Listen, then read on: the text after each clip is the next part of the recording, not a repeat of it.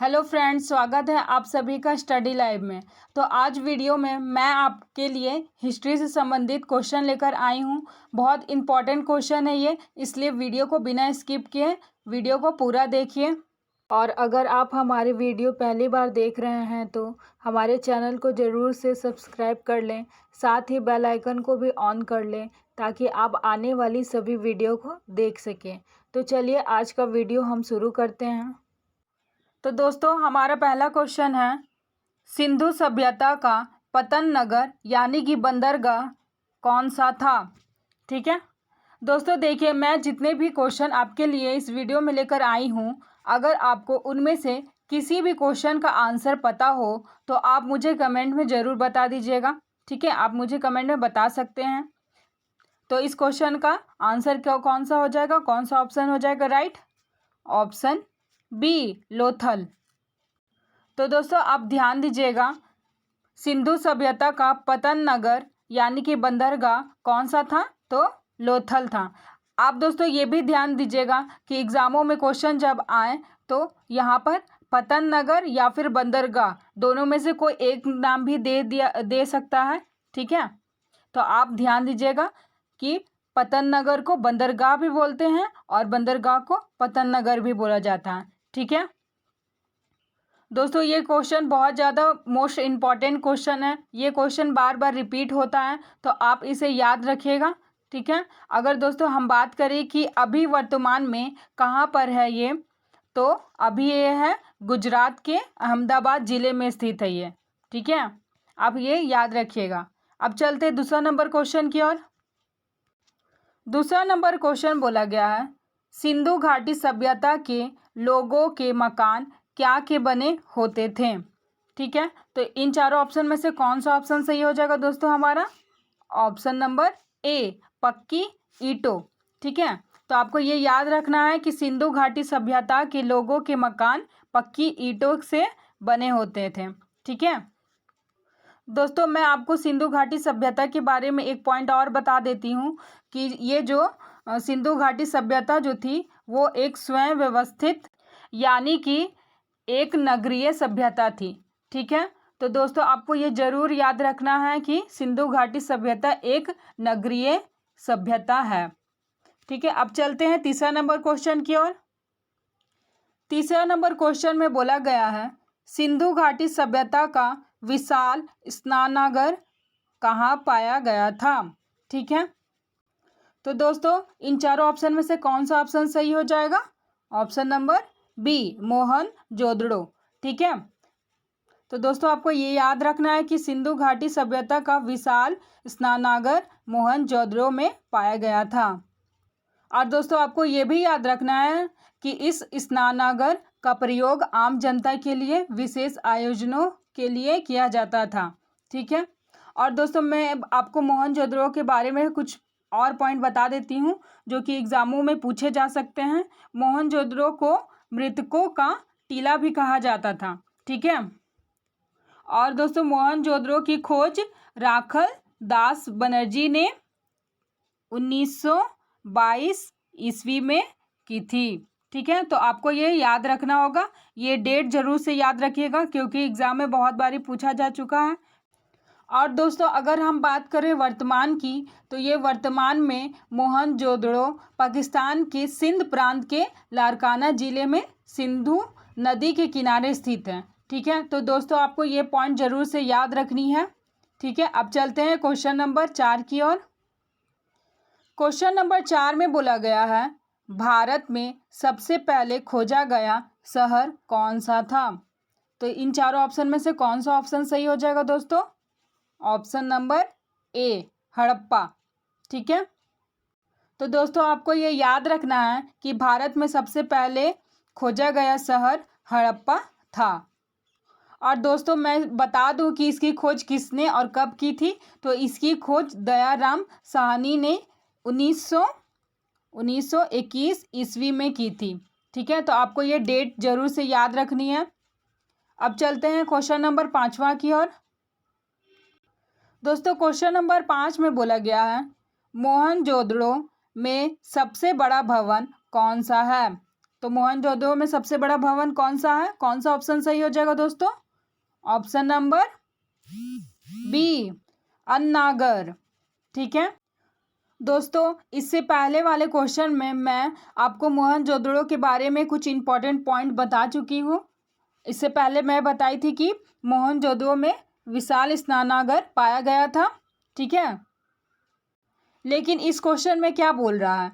इस क्वेश्चन में बोला गया है कि मोहनजोदड़ो में सबसे बड़ा भवन कौन सा है। भवन के बारे में बोला गया है, तो इसमें कौन सा सबसे बड़ा भवन है? अन्नागर। ठीक है, अन्नागर है। तो दोस्तों आपको ये याद रखना है कि अन्नागर जो है मोहनजोदड़ो में सबसे बड़ा भवन है। ठीक है, तो अब चलते हैं छठा नंबर क्वेश्चन की ओर। छठा नंबर क्वेश्चन में बोला गया है, मानव द्वारा उपयोग की गई पहली धातु कौन सी थी? तो कौन सी इन चारों में से ऑप्शन सही हो जाएगा? कौन सा? तो ऑप्शन नंबर सी हो जाएगा राइट, तांबा। ठीक है, आप सभी को पता भी होगा दोस्तों, काफ़ी आसान क्वेश्चन है ये। तो तांबा सबसे पहली धातु थी मानव द्वारा उपयोग की गई। ठीक है, तो ये आपको याद रखना है। अब चलते हैं सातवां नंबर क्वेश्चन की ओर। सातवां नंबर क्वेश्चन में बोला गया है कि वर्तमान में कालीबंगा कहाँ स्थित है? तो कौन सा ऑप्शन राइट हो जाएगा इन चारों में से? तो हमारा ऑप्शन राइट हो जाएगा ऑप्शन डी, राजस्थान। ठीक है, तो दोस्तों आपको याद रखना है कि वर्तमान में कालीबंगा राजस्थान में स्थित है।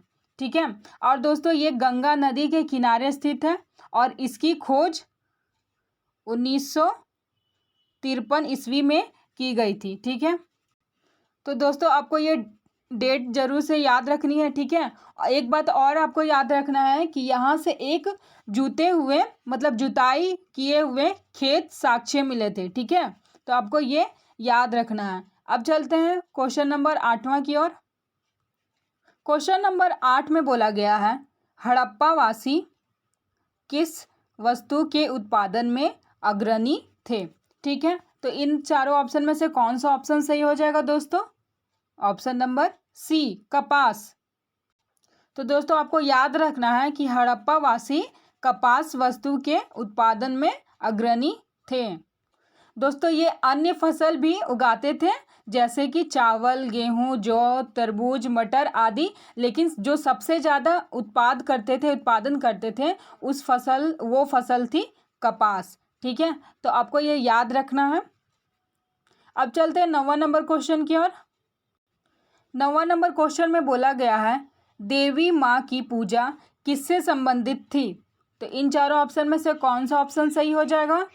ऑप्शन नंबर ए, सिंधु घाटी की सभ्यता। सिंधु घाटी सभ्यता हमारा ये आंसर हो जाएगा। ठीक है, तो दोस्तों आपको याद रखना है कि देवी माँ की पूजा सिंधु घाटी सभ्यता से संबंधित थी, यानी कि यहाँ के लोग देवी माँ की पूजा करते थे।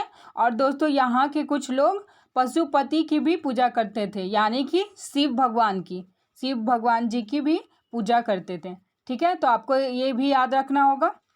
अब चलते हैं 10वां नंबर क्वेश्चन की ओर। 10वां नंबर क्वेश्चन बोला गया है, कौन सा सिंधु शहर जो बिना गढ़ यानी कि बिना किला का था? ठीक है, तो इन चारों ऑप्शन में से कौन सा ऑप्शन सही हो जाएगा दोस्तों?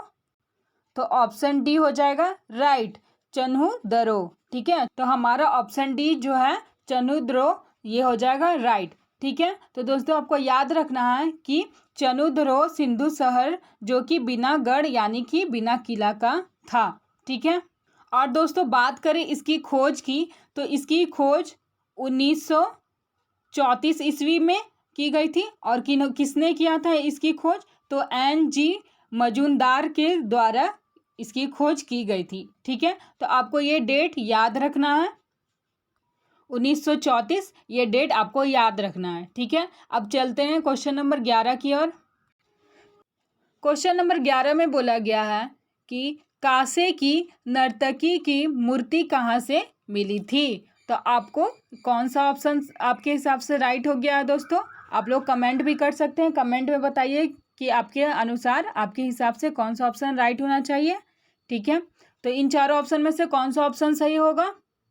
Option number A, Mohenjodaro. ठीक है, तो दोस्तों आपने पढ़ा ही होगा कि एक जो स्त्री की मूर्ति थी नृत्य करती हुई, तो वो मोहनजोदड़ो से प्राप्त हुई थी। आपने ये पढ़ा ही होगा, ठीक है। तो अब चलते हैं 12वां नंबर क्वेश्चन की ओर। 12 नंबर क्वेश्चन में बोला गया है कि विश्व की सबसे प्राचीन सभ्यता का नाम क्या है। तो इन चारों ऑप्शन में से कौन सा ऑप्शन सही हो जाएगा दोस्तों? तो हमारा ऑप्शन नंबर बी हो जाएगा राइट, सही, ठीक है। तो ऑप्शन बी में क्या दिया गया है? मेसोपोटामिया की सभ्यता। तो आप ये जो है आपको याद रखना है कि विश्व की सबसे प्राचीन सभ्यता का नाम मेसोपोटामिया की सभ्यता है, ठीक है। तो दोस्तों ये जो मेसोपोटामिया है उसके बारे में भी आप कुछ जान लीजिए। मेसोपोटामिया की सभ्यता का जो शाब्दिक अर्थ होता है वो होता है दो नदियों के बीच, ठीक है। दो नदियों के बीच इसका शाब्दिक अर्थ है, ठीक है। तो दोस्तों आपको ये याद रखना है कि मेसोपोटामिया का शाब्दिक अर्थ होता है दो नदियों के बीच, ठीक है। अब चलते हैं 13वां नंबर क्वेश्चन की ओर। 13 नंबर क्वेश्चन में दिया गया है सिंधु घाटी सभ्यता की लिपि क्या थी, ठीक है।